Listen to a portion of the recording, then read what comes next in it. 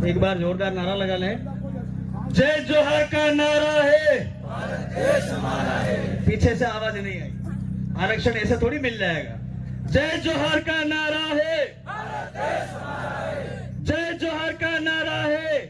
देश हमारा है। सभी पुरखों को नमन करते हुए आप सबकी जय।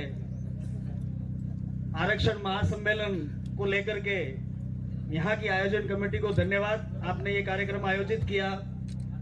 लेकिन थोड़ा सा व्यवधान हो गया। आरक्षण की जब हम बात करते हैं और यहाँ पर मालाएं पहनाई की, थोड़ा हमें अजीब लगा। आइंदा से इस चीज का ध्यान रखें आप लोग। आरक्षण की बात कर रहे हैं, आज से 14-15 साल पहले डूंगरपुर में एक आवाज उठी थी। वहां से आवाज उठने के बाद में संभाग के सभी लोगों ने, आप जो यहाँ बैठे हुए हैं, कुछ लोग यहाँ नहीं आए, सबने मिलकर के 45% में अपना अहम योगदान दिया था। तब जाकर के हमारे इन विभागों में, सभी जितने भी कार्मिक विभाग है, इन विभागों में हमारे लोग नौकरी लगना शुरू हुए थे। इससे पहले हमारे लोगों की संख्या कम हुआ करती थी। मैं आपको विदित करना चाहता हूं, अगर आरक्षण की बात आती है, सबसे पहले हमें अनुसूचित क्षेत्र के बारे में जानना पड़ेगा। हमारे यहाँ पर बात जब आई, ट्राइबल सब प्लांट एरिया करके एक योजना आई, टीएसपी क्षेत्र करके हमारे यहाँ के नेताओं ने इस क्षेत्र को ही अनुसूचित क्षेत्र से हटाने का काम किया। हमने भी उसमें आवाज बुलंद करी कि टीएसपी क्षेत्र है, हमें ये नहीं कहना होगा, हमें अनुसूचित क्षेत्र कहना होगा, तब जाकर के आरक्षण बचेगा। रहा सवाल आने वाले समय का, तो जो पिछला समय गया उसमें हमने एक दूसरे की टांग खिंचाई करके कुछ विधायक विधानसभा में नहीं भेजे। अब ये नहीं करके आपसे मैं निवेदन करना चाहता हूं, 2024 का जो लोकसभा का चुनाव है, वहां जाकर के अगर अपनी आवाज बुलंद हो जाएगी तो आरक्षण को लेकर के जो भाई वहां जाके बात करेगा, उस भाई को कम से कम ये ताकत मिलेगी इस जगह से। तो मैं आपसे निवेदन करना चाहता हूं। और ये जो गेंडे नेता, समझ में आया, गेंडे नेता, इनके वहां हमने आरक्षण को लेकर के 2009 में खूब ढोल बजाए।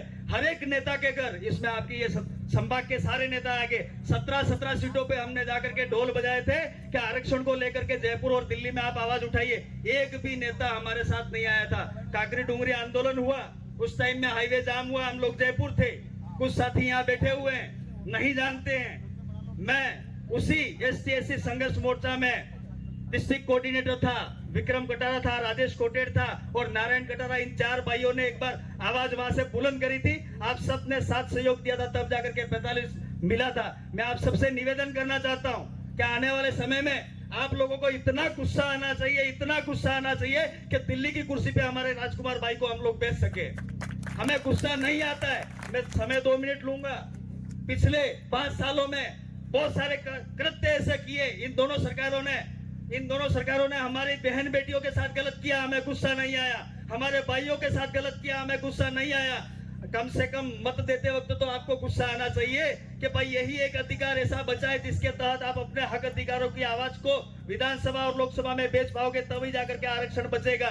और आने वाले वक्त में इस मुहिम को आगे बढ़ाने की जरूरत है। जितने भी विभाग है, उस विभाग में जनसंख्या के अनुपात में हमारे लोगों की नौकरी होनी चाहिए, ये मुख्य हमारी मांग होनी चाहिए। इसी के साथ में एक बार मैं फिर से नारा लगवाऊंगा, लड़ेंगे लड़ेंगे, जय जोहार का नारा है, देश हमारा है। आप सबकी जय। फिर मिलेंगे, लोकसभा चुनाव हम सब मिलकर के जिताएंगे। धन्यवाद, जोहार। धन्यवाद उमेश भाई को, अनुतोष भाई को। इसी